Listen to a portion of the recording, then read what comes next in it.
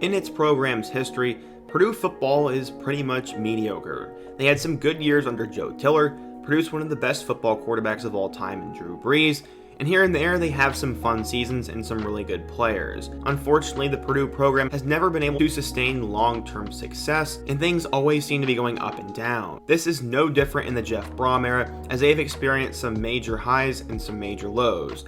From beating Ohio State on national television to losing to Eastern Michigan in the pouring rain, it's been a weird 4 years so far for Jeff Brom and company, but looking forward to 2021, people really have no clue what to expect. Brom is one of the highest paid coaches in the country, and he is definitely on the hot seat going into this year, and he really has to put it together. He has made a couple poor hires, and the recruiting is starting to fall off, and some are wondering if he'll even have a job after this season.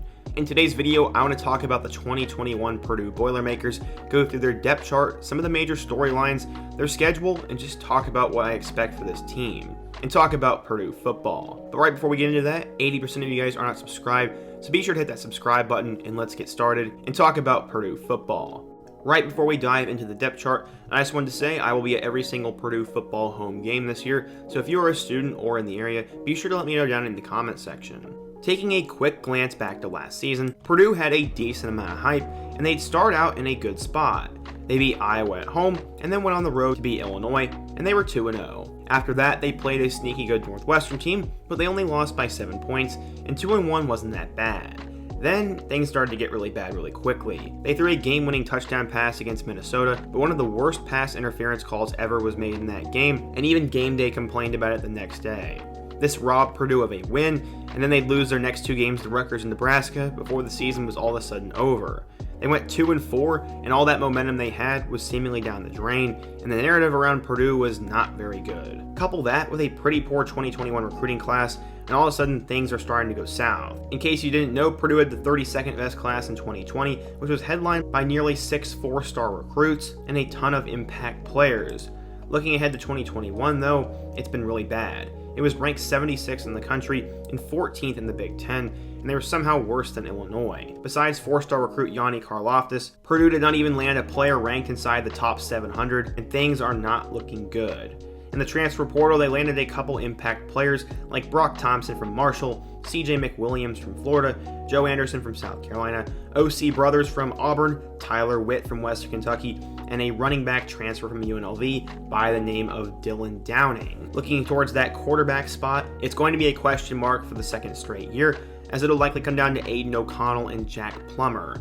Both of them have shown flash, as physically Plummer is probably the better quarterback and has more potential, but Aiden O'Connell has been more consistent and has been more clutch in his time so far, so it can really go back as to who is the better quarterback, but at the end of the day, I think Jack Plummer is going to get the nod. From there, they have Michael Alamo, who is a 4-star recruit in the class of 2020, and I really like him, and I think he needs to see some snaps on the field this year. The quarterback position has been somewhat inconsistent since David Blau left after 2018, but look no further to 2022 when they have a kid by the name of Brady Allen signed, who I think is the real deal and is one of the top quarterbacks in his class. Moving towards the running back spot, that has been the biggest weakness of this Purdue team over the last couple years, as they've had no one since DJ Knox. I'm extremely concerned, as right now it seems they only have 3 scholarship backs, and that includes King Doru, Dylan Downing, and Xander Horvath. There will likely be guys who move around and some walk-ons, but this is extremely concerning. Xander Horvath was solid last year and will be in his 5th year as a Boilermaker, and I believe he will be the starter. His backup will be King Doru, who at times has looked alright, but does not seem to be starting caliber in the Big Ten. From there, Dylan Downing is a redshirt freshman transfer from UNLV, who is actually a preferred walk-on. So right now, the running back room is extremely concerning, but the wide receiver room will likely make up for this. After losing one of the best players in school history, Rondale Moore, to the 2nd round of this year's draft, they will reload as they have one of the premier players in the country in David Bell, who in my opinion will be a 1st-round pick and an all Big Ten selection when it's all said and done, and I think he'll have one of the best seasons in Purdue history this year. The guy who I expect to step up is a former 4-star recruit from the 2019 class, Milton Wright, and then guys like Abdur Rahman Yassin, TJ Sheffield, Mershawn Rice, Marcellus Moore, Deion Burks, Jackson Anthrop, Colin Sullivan, Preston Terrell, and Brock Thompson should all have an opportunity to see the field. It is really good that they have one solid weapon in Bell and then a couple good players around him, and Jeff Brom loves to sling the rock, so I'm excited to see who becomes that number 2 option. Looking over to the tight end spot, you'll have Garrett Miller, Kyle Bilodeau, and the returning starter Payne Durham, and I like all 3 of these players. The offensive line has been a complete struggle over the last few years, but I think this will be the best offensive line Jeff Brom's potentially ever had. I mean, with the amount of failure and struggle they've had, you'd think they'd finally put it all together. At left tackle, it'll likely be Greg Long. At left guard, you'll have Western Kentucky graduate transfer Tyler Witt. At center, you'll have Gus Hartwig, who I believe is a future NFL and first-team All-Big Ten selection. At right guard, you'll have an experienced Cam Craig, and at the right tackle spot, you'll have Eric Miller. There'll definitely be some injuries and some attrition on that offensive line. I think this will be one of the strengths of the team. Looking more to the defensive side of the ball, you'll be anchored by a potential top 10 pick in George Karlaftis, who is a freak of nature and should really help carry this team. The other guys on the defensive line should include Joe Anderson, a transfer from South Carolina, an experienced defensive tackle by the name of Lawrence Johnson, and another senior in DeMarcus Mitchell. From there at the linebacker spot, you bring back a good amount of experience as well, as Auburn transfer OC Brothers will likely be one of the starters, Jalen Alexander will be the second starter, and then I believe true freshman Yanni Karlaftis will also get that last starting spot. The secondary has been a little bit tricky over the last few years, but in my opinion, this could be one of the strengths of the team.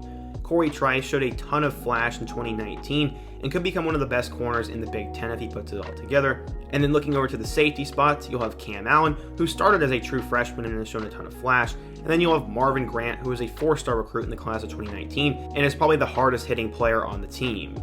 Finally, that last cornerback spot will likely come down to Dedrick Mackey or Florida transfer CJ McWilliams, and I think both of those guys will rotate in and out of that spot. And from there are a couple of backups that really aren't worth mentioning because I think those are the solid guys. Overall, Purdue has struggled on defense, the offensive line, and running the ball, and we really need to see a lot of people step up this year. They revamped the entire defensive side of the coaching staff, and I finally think Brom has the right guys in place. Now let's go over to the schedule, where things don't exactly get a whole lot easier for Purdue. In Week 1, Purdue will play against a Power 5 opponent as Jonathan Smith's Oregon State Beavers come to town. While Oregon State is not as bad as they were under Gary Anderson, they still have a long ways to go before I consider them a good program, and I think Purdue has a real opportunity to win this game. Oregon State has a couple talented players, but the quarterback room is a little bit concerning right now. They don't have an established running back, and the overall talent is not there for the Beavers, so I'm going to give Purdue the nod because they're at home, and they should win by 1 to 2 scores. But also, if you're a Purdue fan, you know this, a home game is never guaranteed under Jeff Brom.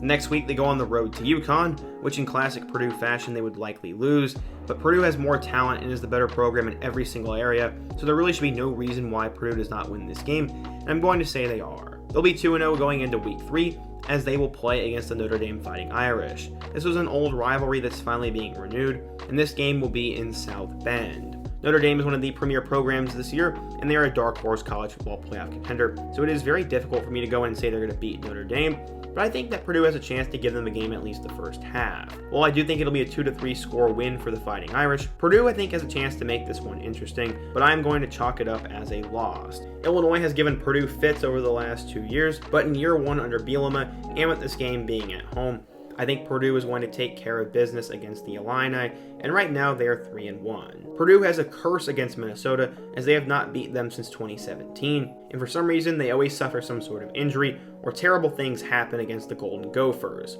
Most of the players on this team have done nothing but lose to this team, and while Minnesota I think is alright, they're not as good as that 2019 team, and I think Purdue is going to beat Minnesota at home, and they're going to start out 4-1. Now things start to get a little bit more difficult as they will go on the road to Iowa, who will likely be ranked and should be the second best team in the Big Ten West. While Purdue has been able to beat Iowa the last few years, I think their luck will finally run out this year, and they're going to lose a close game on the road to the Hawkeyes, putting them at 4-2. From there, they get a home game with Wisconsin, and while I think they will keep it close like they did in 2018, Wisconsin is the better team, and until they can actually beat them, I'm going to say the Badgers are going to win. From there, we get into the most important 2-game stretch on the schedule as they go on the road to Nebraska and will play Michigan State at home.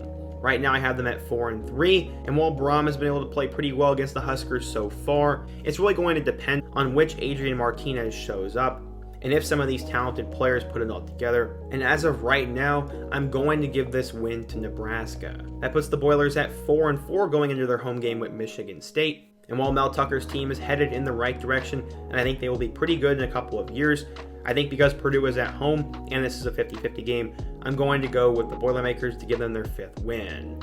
After that, they go on the road to Ohio State, and while they did upset them in 2018, I see no way that they can go into the horseshoe and beat this team, especially after how badly they embarrassed them in 2018, so I think Ohio State wins this game from the very beginning. The team is 5-5 at this point, going into a neutral site matchup with Northwestern at Wrigley Field, and this is where things get pretty interesting. Northwestern's had Purdue's number over the last few years, and they always seem to surprise everyone.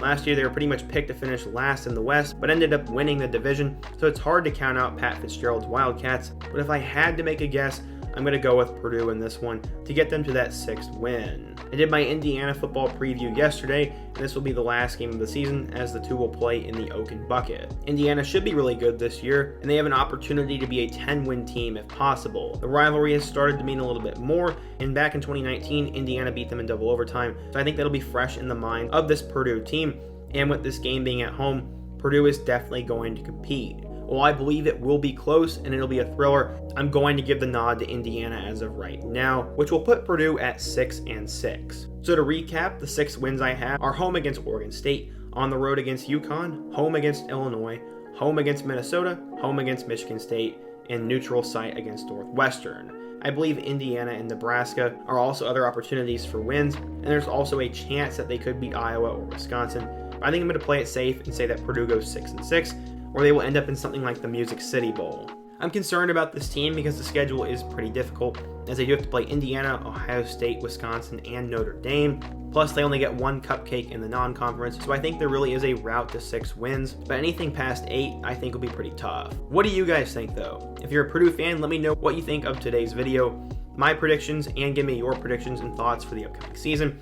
If you're a student or you live around there, please be sure to let me know down in the comment section as well. And also be sure to let me know what team I should preview next. Before you go, be sure to hit that like button and subscribe, and check out all my other videos on the end screen, including my documentary about the rise and fall of Jeff Brom. I hope to see you guys again soon, but until next time, peace.